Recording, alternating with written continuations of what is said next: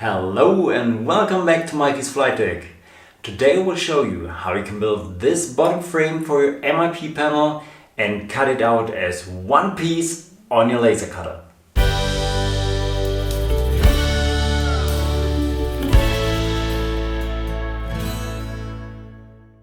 The assembly that you have seen before, the wooden MIP frame and the acrylic bottom layer of the MIP will be the first parts I will produce now. And they will replace this sheet of MDF here. So I will have to remove this sheet of MDF, but I have to keep in mind that there are some things for which this sheet is important. The first thing is that it connects the two sides of the MIP. There is another sheet of MDF here underneath. You will see this in a moment. And I think the construction will not lose too much stiffness without. And when the MIP frame is brought back later here, then there will be enough stiffness. But there is another thing, and that you can see here with these metal angles here. These angles support the bottom of the glare shield here. And from the other side, the glare shield holds the front window. So it is important that the glare shield is still supported. And at the moment, this metal angle is screwed into the MDF sheet here. And so I will move these angles here from this sheet to the sides so that the angle comes from the sides underneath the bottom of the glare sheet, and then it is supported enough. There are cockpit projects that keep this MDF plate here in the background and cut holes in there for the different components. This can work, no problem. But I wanted to have the option to take out the whole MIP frame for maintenance purpose. Or, and this will come later, even single components come out for maintenance. And so I won't stay with this construction I started, I think, in my second video. Here we are looking to the back of the MIP. Here we have the MDF sheet that will come out, and down here is the MDF sheet that connects the two sides that will stay in this construction. This sheet here has a thickness of 10 millimeters, and the later MIP frame will have a thickness of nearly 30 millimeters, so it will come a little bit more to the back here, and I will have to cut off a little bit from the bottom piece here so that the frame can sit here in front of this sheet. But before I can work on this MIP base, I have to disassemble all the other components around for an easier access to the parts.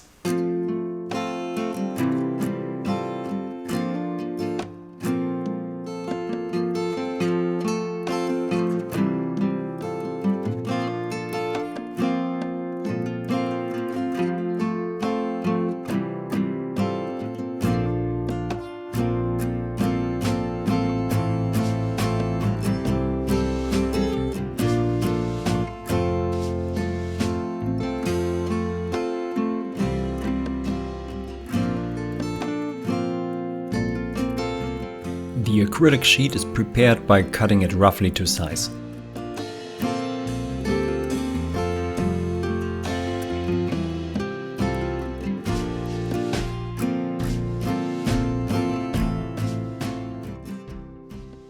So here is now the rough cutout of the piece that will be later the bottom part of the MIP panel.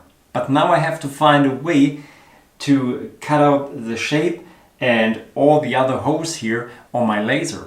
But why am I choosing such a complicated method when I could have cut this into 3 pieces that would have the correct size for my laser? It has to do with maintenance, or at least I hope it will make the maintenance easier. When you have followed the building videos on my channel, then you know that every panel segment is built so that it can be removed separately from all the other segments of a panel for maintenance. And this way I want to continue here with the MIP panel. Every segment should be removable and I can bring it on my desk for maintenance and later bring it back in without having to disassemble the whole MIP every time. When you buy this piece from a professional manufacturer, most of the times I think you will get such a big piece made from metal, of course, with all the cutouts for the different components. Every annunciator has its own cutout. But when you have to make maintenance on this annunciator, then you have to do the soldering work directly behind the MIP to get this annunciator out. And I think this will make the maintenance much easier. But the disadvantage of this method is that the cutouts for the different segments have to be bigger than for a single annunciator, for example. And these bigger cutouts make this bottom panel less sturdier than when you only have small cutouts. And when I would have divided this into 3 pieces, then at some points I would have come out with very thin stripes that are left, and I think they won't be very sturdy. And when these 3 parts come together, then I think, especially in the middle, they would start wobbling. And I'm not able to bring any supports in there because there are the monitors mounted. And so I hope cutting it out in one piece will make it sturdier and lead me to success later. But how should my laser handle such a big piece of acrylic? The trick is to remove these covers of the machine.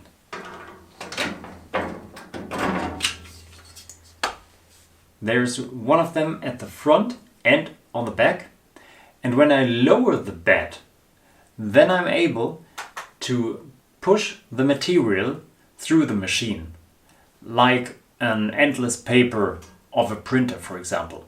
So the machine is making its way through the whole piece, split it into different sections. And to create these sections, there the print and cut method of Lightburn comes in handy, which I will show you now in detail. I will show you my workflow to prepare this file for the laser cutter here in Lightburn. This is the software I'm using with my laser cutter. I think there are comparable features in other softwares. You have just to know the software you are using and think about features that are comparable to the functions I'm showing you now.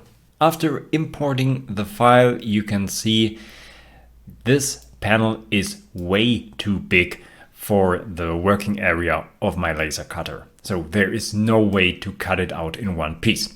I will now have to cut it into segments. And the problem is that the laser has to be aligned every time the workpiece is moved. He has to know where is the panel in my workspace, how is it situated there. But before I show you this special function to align the workpiece to the laser, I have to show you my thoughts behind how I have divided this piece into separate sections. It would be bad if I would place start and end points in the middle of a closed form. For example, in this cutout here, I want to insert a clear acrylic later, and if I would end the first section here and start the next one here, then there could be a little groove or something like this if it is going out bad, and then I have to deal with the situation. So I want to go around these situations. And so I thought it would be a good idea to include all closed forms every time in one section. So here the cutout for the left chronometer is in the first section.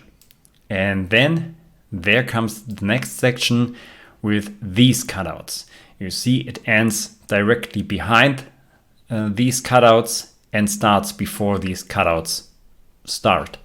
And so all these cutouts are in one section. Next section here in red, again, all closed forms are included in this section. No form is divided into two pieces. Next section and the last one. The outline shape, there I have no chance. I have to cut it in different pieces. And this is the situation I have to deal with. So how have I divided this into several pieces here? Let's make an example. If you have a drawing like this, then you have to define another rectangle, which is your area that you want to cut out. The width isn't important, just the height here in this case. And you place it, for example, here. So this down here is the first section and this is the second. And then in this program, you can select these two shapes and say Tools and Cut Shapes. And then you come out, here you can see this, the bottom and the top part. And now the bottom part can be the red line and the top part the blue line. And so I have divided this into two separate laser lines, for example. Let's come now to the function that makes it possible to tell the laser how the workpiece is aligned on the working surface. When I start the cutting, then I will place masking tape somewhere here and here. You can see those little green marks here. I will tell you now what this means. And I'm placing marking tape because when I mark this cross directly onto the acrylic, then it can be really hard to see. Especially, for example, on a clear acrylic, this can be really hard. And so I'm using the tape, so the laser beam or the mark on the tape is more visible. So the first step, what the laser is doing. You can see this is the working area here. The piece is situated somewhere like this. And the first thing is that I'm making laser marks on the tape, here and here. Just a small marking on the tape, and it doesn't cut into the acrylic, so just a mark. And then I'm starting the cutout, the red cutout, this down here. I will cut out the acrylic, and when I'm finished with this, then I will move my workpiece down like this. And then I have to tell the laser where this and this mark here is situated on the working piece. And then the laser or the program can calculate how the piece is aligned on the working surface. So now you have to move your laser head exactly over this marking here on the masking tape on the acrylic sheet. It has to be as exactly as possible. And then you say under Laser Tools, Print and Cut, Set First Target Position. I can't do this here now because this is my desktop PC and a laser has to be connected to the PC, which is not here. So you have to imagine this. And then you move your laser head to the second position down here, mark it, and say again, Laser Tools, Print and Cut, Set Second Target Position. When the 2 points are marked, then you can say Align Output to Targets. And this starts the calculation, and now the program knows how the workpiece is aligned here. So, and before I start the cutting, I have to make new markings for the next sections. And these are these two up here, on the left and on the right. When it is possible, set your 2 points far away of each other. So the longer the distance of the 2 points, the exactly the calculation will be. Yes, and then I'm marking the next 2 points here and start cutting out the blue section. And after that, I think you can imagine I will move the whole workpiece down again. Something like this. And using these 2 marks again with the same method as before. Making new markings for the next section and now cutting out the red section. And so it goes on with the next blue and red section until the whole piece is cut out. So that's it for the theory. And now let's test it in real life.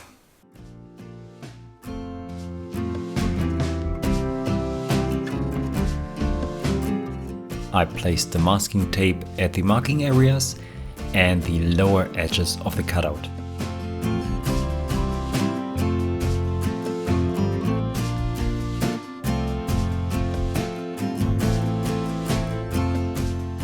I placed the workpiece in the second position and aligned the laser.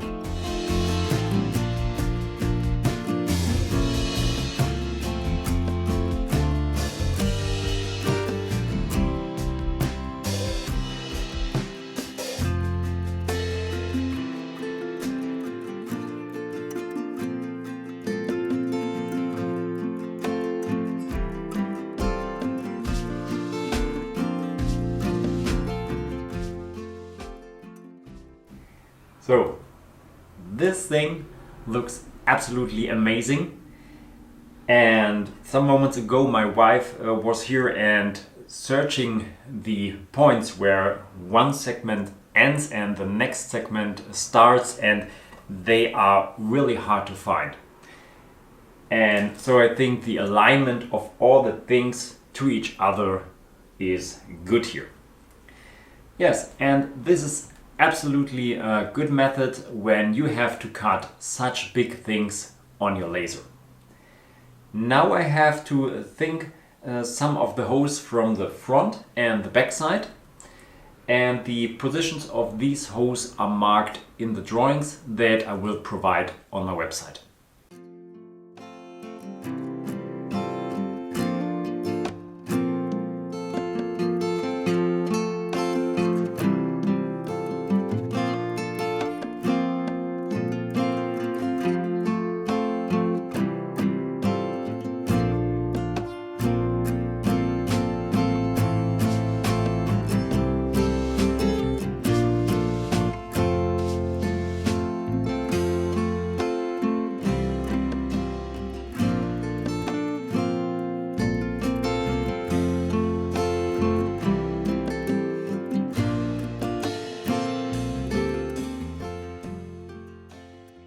Yes, what a big moment for the MIP.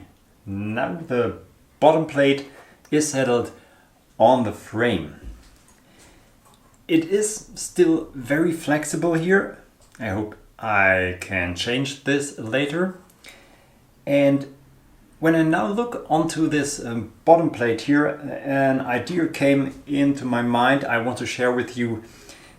If you are planning to use clear acrylic plates in front of your monitors here as inlays in these holes, then you could think about masking out these areas with tape, making another power setting for your laser and let the laser just cut through the tape and remove all the surrounding tape, and so you have a perfect masking of these areas and they would stay unpainted.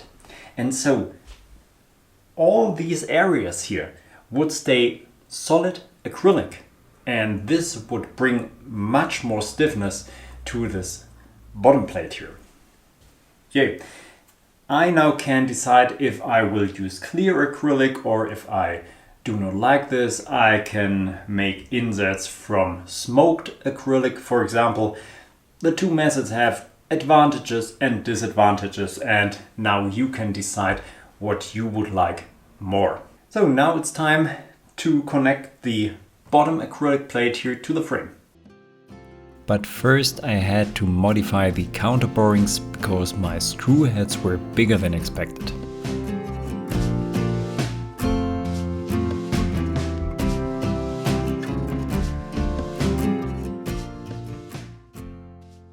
Now comes the installation of the first parts that can bring a little bit of stiffness back to this plate here.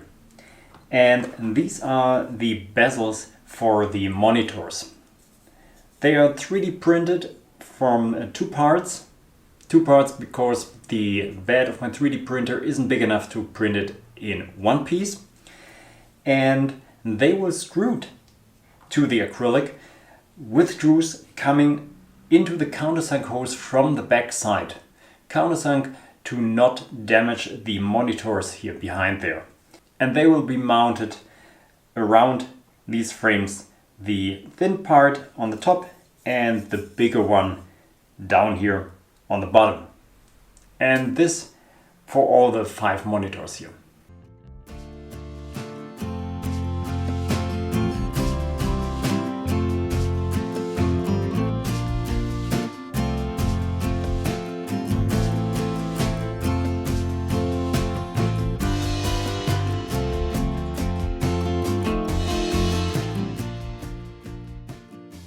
After installing the 3D printed parts here, this frame already feels way sturdier than at the beginning, and I think when all the other components will come in screwed to this bottom plate here of the MIP, then it will be sturdy enough. And I think the only thing where the stiffness is very important is here where the gear handle is settled when you pull the gear handle and move it up and down, and all the other things I think aren't very critical.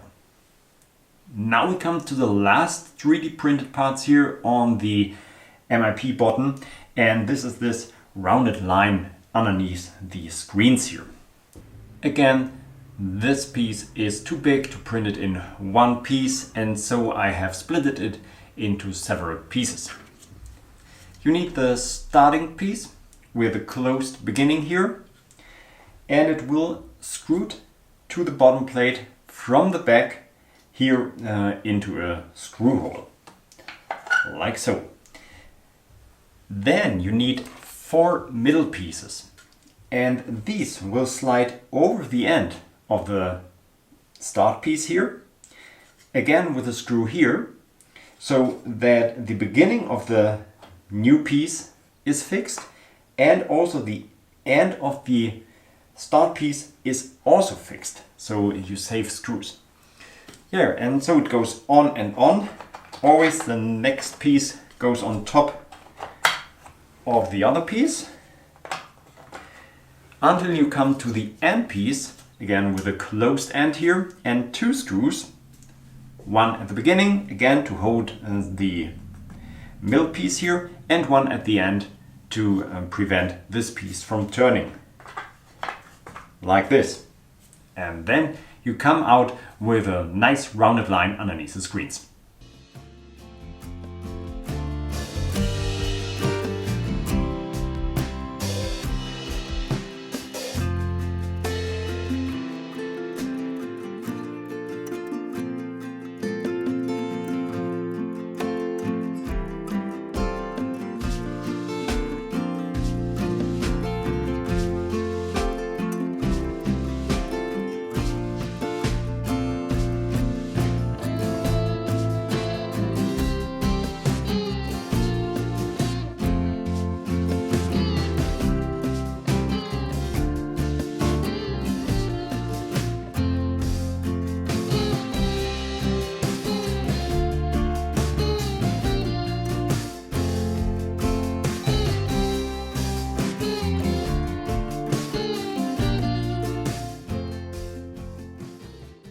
The MIP frame is now roughly in place, and you can see there are some gaps here in the corners, in the left and behind me in the right corner. In the middle there is no gap here, it sits absolutely tight to the glare shield, and it looks like the glare shield here is a little bit bending up to the sides, but I have measured it here with the bar. It's straight. The top edges of the windows are in the same level. Everything is looking okay, so I don't need to be worried about these things there. Later, when the MIP segments are finished, I will model this area underneath the glare shield and on the MIP with foam and glass close, like I have done with all my window covering. So this will look good at the end. I'm not worried about this. Yeah, now it is time to mark holes in the MIP frame and then transfer the positions of these holes to the outsides of the MIP base, and then I have my mounting points so that I can fix the MIP frame in place.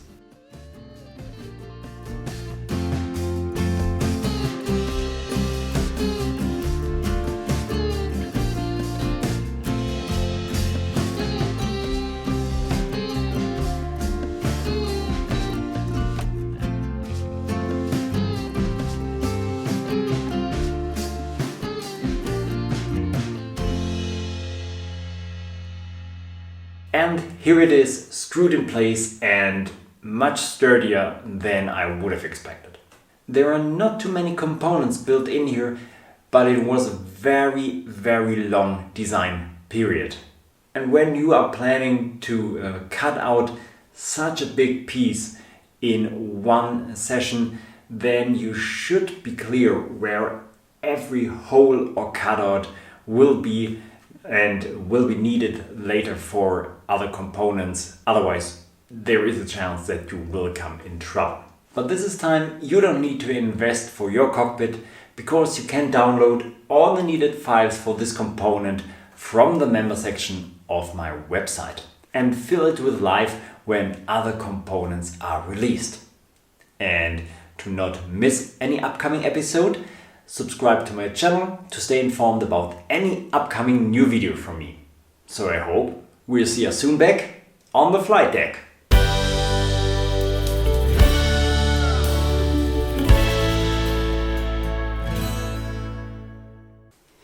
Yes.